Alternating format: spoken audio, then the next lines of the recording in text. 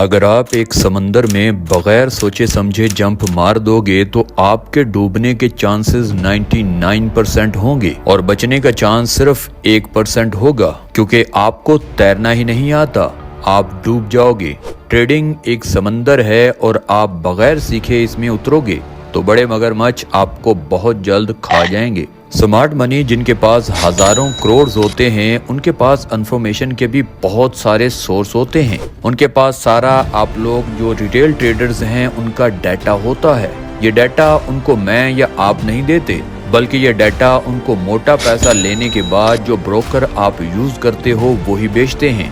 आप कहाँ कहाँ स्टॉप लॉस लगाते हो, कहाँ आपका टारगेट होता है, ये सब बिग प्लेयर यानी मार्केट की बड़ी मछलियों को पता होता है। बचने का हम सिर्फ रिटेल ट्रेडर्स के पास सिर्फ एक रास्ता है, हम इन बड़े प्लेयर्स के माइंडसेट को समझें और उनके साथ ही मार्केट के अखाड़े में उतरें। आज का टॉपिक है ऑर्डर ब्लॉक को देखते हुए हमें परफेक्ट तरीके से ट्रेड कैसे लेनी है, तो इस वीडियो के साथ चिपक कर बैठ जाइए। दोस्तों, ऑर्डर ब्लॉक दो तरह के होते हैं, एक होता है बुलिश ऑर्डर ब्लॉक और दूसरा है bearish order block. Bullish order block में मार्केट नीचे से ऊपर की तरफ जाता है, जबकि बेरिश ऑर्डर ब्लॉक में मार्केट ऊपर से नीचे यानी डाउन ट्रेंड में होता है।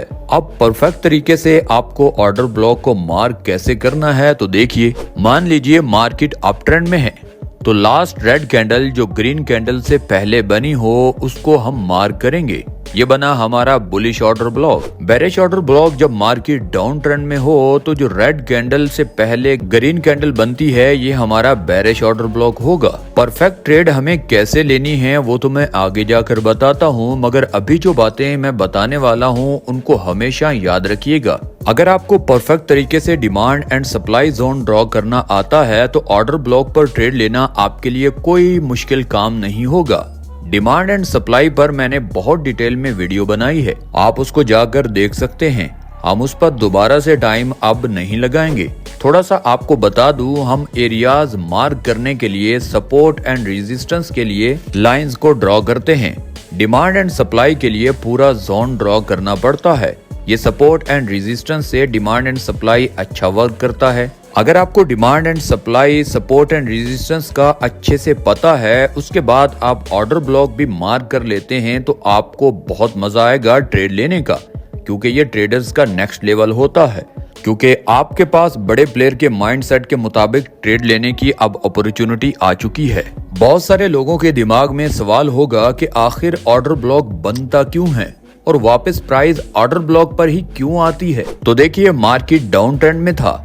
मान लीजिए यूएस बैंक ने 5000 करोड़ एकदम मार्केट में लगाए, प्राइस एकदम ऊपर निकलेगी, यानी मार्केट डाउन ट्रेंड से रिवर्स होकर अप ट्रेंड में कन्वर्ट हो जाएगी, क्योंकि इस बिग शार्क ने बाय में ट्रेड ली है, यानी ग्रीन बड़ी बड़ी कैंडल्स बनेगी। अब ये जरूरी नहीं कि उस बैंक का सारा ऑर्डर फिल हो चुका है, हो सकता है 80% उसका ऑर्डर फिल हुआ हो और 20% उसका ऑर्डर फिल ना हुआ हो। अब उस 20% जो ऑर्डर पड़ा है, मार्केट उसको छोड़ नहीं सकती, उसे उठाने जरूर आती है और इसी को ऑर्डर ब्लॉक कहते हैं। यानी यहाँ पर ऑर्डर कुछ पेंडिंग्स पड़े होते हैं और हम जैसे रिटेल ट्रेडर्स इसका खूब फायदा भी उठा सकते हैं। मार्केट जब अप ट्रेंड या डाउन ट्रेंड में होता है तो बहुत सारे ऑर्डर ब्लॉक बनते हैं। हमें कैसे पता चलेगा कि कौन सा ऑर्डर ब्लॉक वैलिड है और कौन सा ऑर्डर ब्लॉक वैलिड नहीं है, यानी कौन सा ऑर्डर ब्लॉक काम करेगा और कौन सा नहीं करेगा? हाँ, ये क्वेश्चन तो आपके दिमाग में जो चल रहा है ये बिल्कुल ठीक चल रहा है, इसको जानना सबसे जरूरी है। वैलिड ऑर्डर ब्लॉक को जानने के लिए आपको पहले इन 4 चीजों को अच्छे से जानना बहुत जरूरी है। पैसा कमाना है तो इतना तो सीखना पड़ेगा। पहला है स्ट्रक्चर मैपिंग।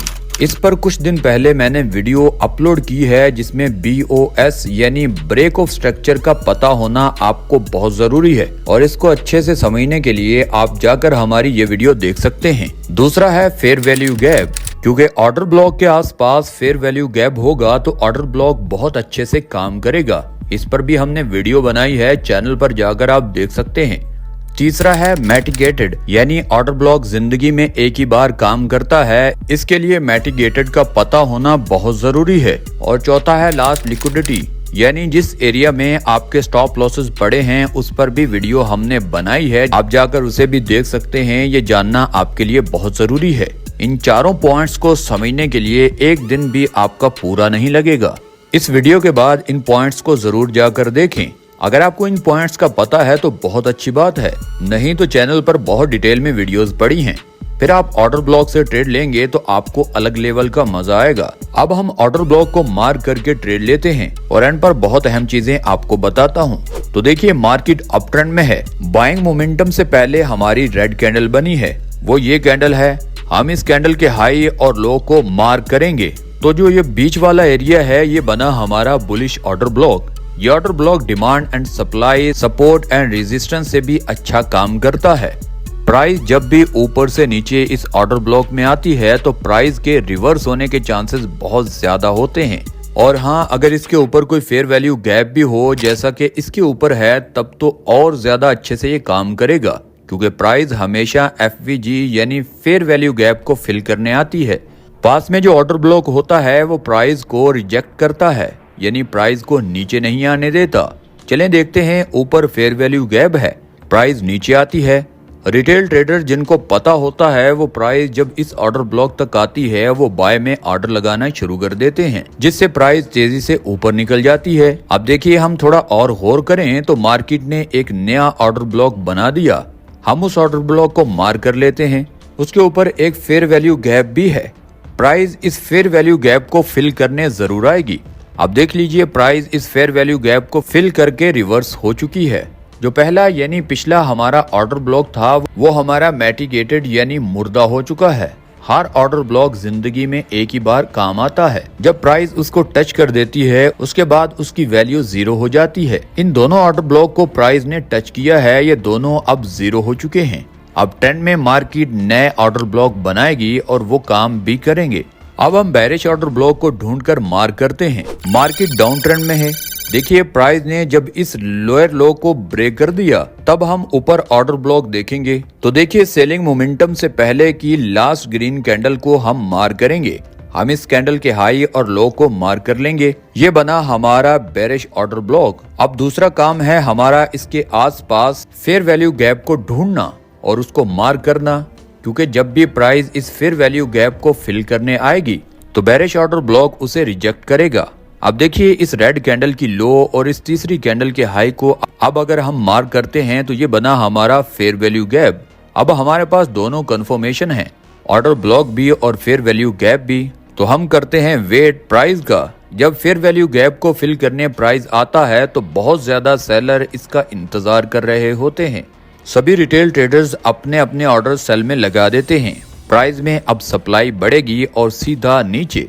जितना ज्यादा fair value gap order block के पास होगा उतना ही ज्यादा चांस है प्राइस के वहां से रिवर्स होने के। साइडवे जब मार्केट हो, खुद की तरफ से आप ऑर्डर ब्लॉक को मार्क करके ट्रेड नहीं लेंगे।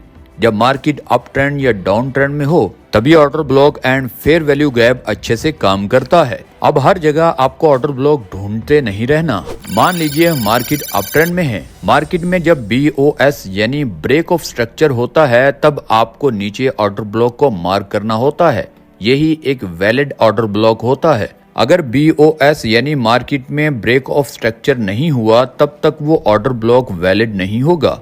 आज की इन तमाम चीजें जो ऑर्डर ब्लॉक से रिलेटेड थी आपको समझ आ चुकी है, तो जाकर इन 4 पॉइंट्स को समझना आपके लिए बहुत जरूरी है। उनको भी अभी जाकर सीख लें ताकि मार्केट में परफेक्ट तरीके से ट्रेड लेकर आप अच्छा प्रॉफिट बना सकें। इस वीडियो के बारे में आपकी क्या राय है, नीचे कमेंट सेक्शन आपकी राय का मुंतजर है। और हमेशा की तरह आप चैनल को सब्सक्राइब भी करते हैं और वीडियो को लाइक भी करते हैं, तो इस बार भी मत भूलिएगा। मिलते हैं किसी अच्छी नेक्स्ट वीडियो में, तब तक के लिए अल्लाह हाफिज।